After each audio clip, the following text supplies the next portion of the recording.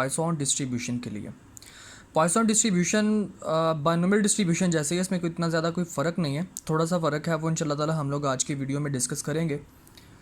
तो Poisson distribution की जो प्रॉपर्टीज़ हैं वो वैसी ही हैं जैसे बाइनोमियल डिस्ट्रीब्यूशन की थी। मतलब बाइनोमियल डिस्ट्रीब्यूशन में क्या होता था, बाइनोमियल डिस्ट्रीब्यूशन में आपके पास डिस्क्रीट डाटा होता था और उसके अलावा इंडिपेंडेंट इवेंट्स हुआ करते थे जिसको हम लोग विद रिप्लेसमेंट बोलते हैं।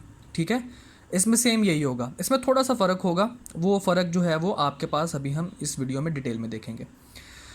बेटा पॉइसन डिस्ट्रीब्यूशन को दो चीज़ों में डिस्ट्रीब्यूट किया गया। एक है आपके पास पॉइसन प्रोसेस और दूसरा आपके पास पॉइसन अप्रॉक्सीमेट।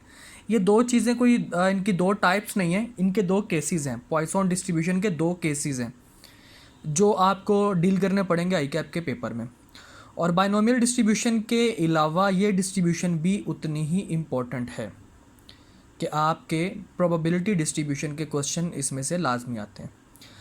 पॉइसन प्रोसेस की अगर मैं बात करूं सबसे पहले तो पॉइसन प्रोसेस में होता क्या है, वो कहता है जी it is a case where a certain event का मतलब है कोई इवेंट हो चुका हुआ है, पास्ट में कोई इवेंट हो चुका हुआ है, is happening on an average in a given interval. यानी कि हमें सर्टेनिटी है कि हमें पता है कि भाई साहब एवरेजली कोई एक चीज़ इतनी हैपन होती है और एक ख़ास इंटरवल में एवरेजली। जैसे कि हमने वहाँ पे बाइनोमियल में डिस्कस किया था कि नंबर ऑफ अकरेंस जो है वो फिक्स्ड होती है, जिसको हमने कहा था एन जो है वो हमारे पास फिक्स्ड होता है।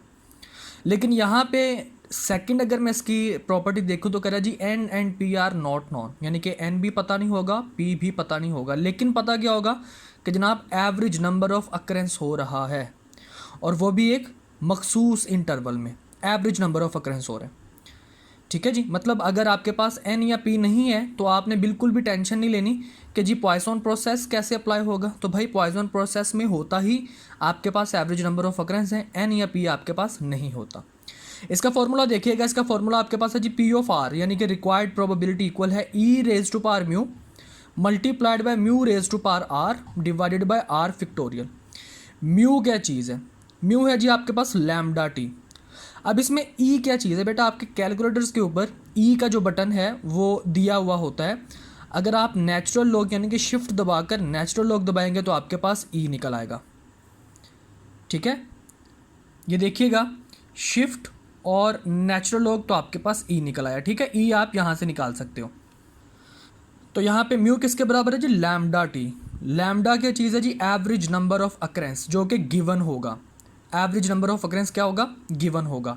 और टी क्या चीज़ है, टी बेटा बराबर है रिक्वायर्ड इंटरवल जो कि क्वेश्चन में गिवन होगा, यानी कि रिक्वायरमेंट के साथ गिवन होगा, डिवाइडेड बाय गिवन इंटरवल जो कि आपके पास गिवन डाटा में मौजूद होगा।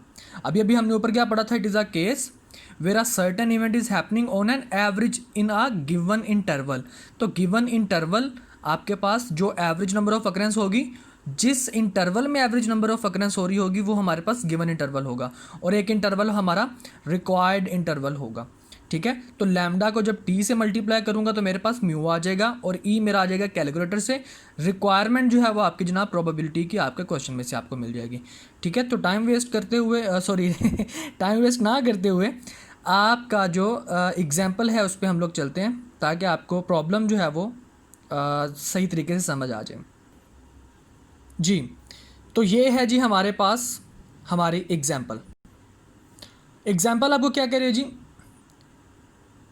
इन winter averagely 3 accidents are occurred on motorway within every 2 days, find the probability.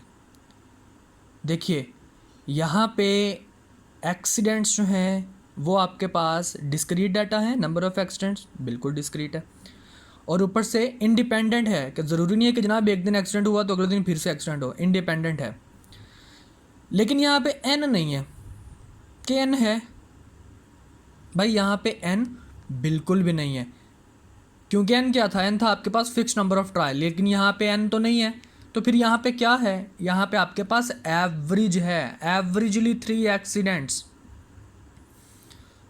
क्या है यहाँ पे, एवरेजली 3 एक्सीडेंट्स। कितने इंटरवल में, हर 2 दिन में। रिक्वायरमेंट पहले आपको क्या करें जी, आपने प्रोबेबिलिटी बतानी है 2 एक्सीडेंट्स इन 2 डेज, यानी कि इसकी प्रोबेबिलिटी बतानी है। सेकंड रिक्वायरमेंट है जी 1 एक्सीडेंट इन 1 डे, और थर्ड है no accident in 3 days. Question आपको क्या करें जी, एवरेजली 3 एक्सीडेंट होते हैं हर 2 दिन में मोटरवे पे सर्दियों में। प्रोबेबिलिटी आपने बतानी है कि 2 दिन में 2 एक्सीडेंट होने की, 1 दिन में 1 एक्सीडेंट होने की, और किसी भी और 3 दिनों में कोई एक्सीडेंट ना होने की प्रोबेबिलिटी। तो इसके सॉल्यूशन की तरफ हम लोग आते हैं। इसका सॉल्यूशन बेटा देखिएगा, यहाँ पे आपके पास रिक्वायरमेंट में पहली रिक्वायरमेंट है आपके पास, तो देखते हैं कि डाटा आपके पास कौन कौन सा गिवन है। उसने हमें कहा था जी आपके पास म्यू होना चाहिए, और म्यू किसके बराबर है, लैम्डा टी के। इसका मतलब सबसे पहले हमारे पास लैम्डा का पता होना चाहिए।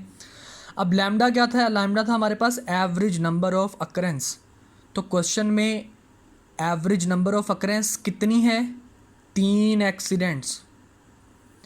गिवन इंटरवल कितना है जी, गिवन इंटरवल जो कि क्वेश्चन में दिया हुआ होता है, उसने क्या कहा जनाब, आपके पास इन एवरी 2 डेज।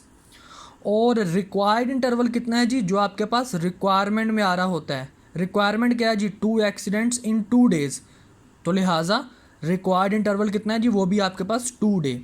तो आपके पास टी कितना आ गया, 2/2।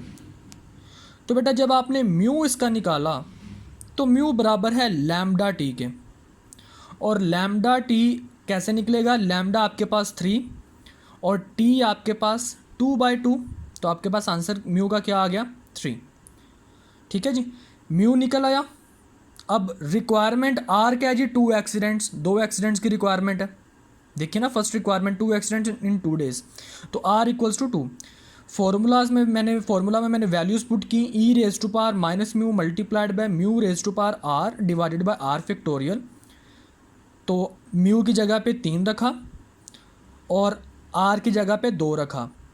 अब अक्सर बच्चे पूछते हैं, अक्सर बच्चों को पता होता है, कुछ बच्चों को नहीं पता कि ये फैक्टोरियल कैसे निकला है, तो उनको भी हम लोग बता देते हैं। देखें बेटा, फैक्टोरियल ये आपको नज़र आ रहा होगा आपके पास, ये वाला बटन शिफ्ट दबाएंगे और साथ में ये वाला बटन दबाएंगे, तो आपके पास फैक्टोरियल का साइन ओपन हो जाएगा।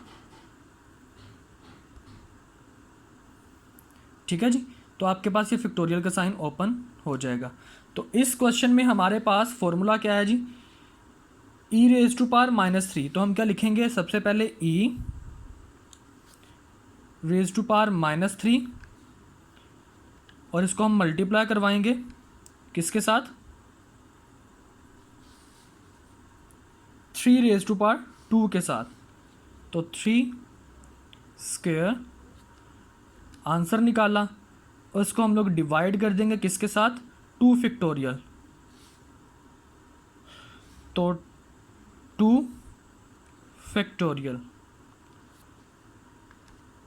तो आपके पास आंसर क्या है जी, 0.2240। यही हमारा आंसर यहाँ पे लिखा हुआ है, 0.2240। ठीक है जी, इसके बाद आपकी सेकंड रिक्वायरमेंट की बारी आती है। सेकंड रिक्वायरमेंट आपके पास क्या थी जी, सेकंड रिक्वायरमेंट थी आपके पास 1 एक्सीडेंट इन 1 डे। तो यहाँ पे वैसे ही लैम्डा आपके पास कितना है जी, लैम्डा यानी कि एवरेज नंबर ऑफ अकरेंस कितनी थी, 3 एक्सीडेंट्स। गिवन इंटरवल कितना था, 2 डेज। अब यहाँ पे रिक्वायर्ड इंटरवल क्या है, यानी कि रिक्वायरमेंट क्या है, 1 एक्सीडेंट इन 1 डे। तो रिक्वायर्ड इंटरवल कितना हो गया, 1 डे। तो टी आपके पास क्या आ गया, रिक्वायर्ड ओवर गिवन, यानी कि 1/2। इसी तरह से म्यू क्या निकलेगा, लैम्डा टी, लैम्डा 3 और टी आपके पास 1/2, तो म्यू आपके पास क्या निकलेगा, 1.5। और रिक्वायरमेंट क्या है जी, 1 एक्सीडेंट की। तो 1 एक्सीडेंट की प्रोबेबिलिटी निकालने के लिए e raise to power -1.5 multiplied by 1.5 raise to power 1 divided by 1 factorial. तो आपके पास आंसर क्या आएगा, 0.3347। इसी तरह से इसकी थर्ड रिक्वायरमेंट जो थी वो बड़ी मतलब मज़ेदार रिक्वायरमेंट थी। बच्चे अक्सर इस चीज़ में कंफ्यूज हो जाते हैं कि 0 एक्सीडेंट। तो नीचे बेटा ऑप्शन में तो आपके पास ऑब्वियसली आई कैप ने यही दिया होगा कि जनाब आपके अपना 0 है, उसकी ऑप्शन जनाब उसमें कोई ना कोई ऑप्शन 0 की होगी, नॉन ऑफ दीज की होगी, ताकि बच्चा जो है वो कंफ्यूज हो के 0 के इसका आंसर लगा दे। तो लेकिन बेटा आपने फुली इसको प्रोसेस से गुजारना है, तो आप देखेंगे कि आपका आंसर 0 के बराबर नहीं आएगा। तो थर्ड रिक्वायरमेंट 0 एक्सीडेंट्स इन 3 डेज। इसी तरह से लैम्डा यहाँ पे क्या है जी, गिवन इंटरवल गिवन एवरेज वो आपके पास है 3, गिवन इंटरवल कितना है जी 2 डेज, रिक्वायर्ड इंटरवल कितना है 3 डेज। क्या उसने कहा था 0 एक्सीडेंट यानी कि नो एक्सीडेंट इन 3 डेज, तो रिक्वायर्ड इंटरवल 3 डेज, तो टी आपके पास 3/2। ठीक है जी। इसी तरह से आपके पास mu equal to lambda t यानी कि 3 × 3/2, आपके पास आंसर आएगा 4.5 और रिक्वायरमेंट 0 एक्सीडेंट की। तो प्रोबेबिलिटी जब निकालेंगे तो e raise to power -4.5 multiplied by 4.5 raise to power 0 divide by 0 factorial. बेटा 0 फैक्टोरियल 1 के बराबर होता है, ये 0 नहीं होता, इसको इन्फिनिटी ना कर देना। जैसे कि हम लोग नॉर्मली 0 से डिवाइड करके इन्फिनिटी लिख देते, इन्फिनिटी इसका आंसर नहीं आएगा। 0 फैक्टोरियल हमेशा 1 के बराबर होता है, और अगर आपको नहीं यकीन तो 0 फैक्टोरियल लिखकर उसका कैलकुलेटर पे आंसर देख लीजिए, आपके पास 1 आंसर ही आएगा। ठीक है जी। तो इसका आंसर आपके पास 0.0111, ये इसका थर्ड रिक्वायरमेंट का हमारा आंसर था। ये था बेटा आपके पास पॉइसन प्रोसेस। ठीक है जी, ये था आपके पास पॉइसन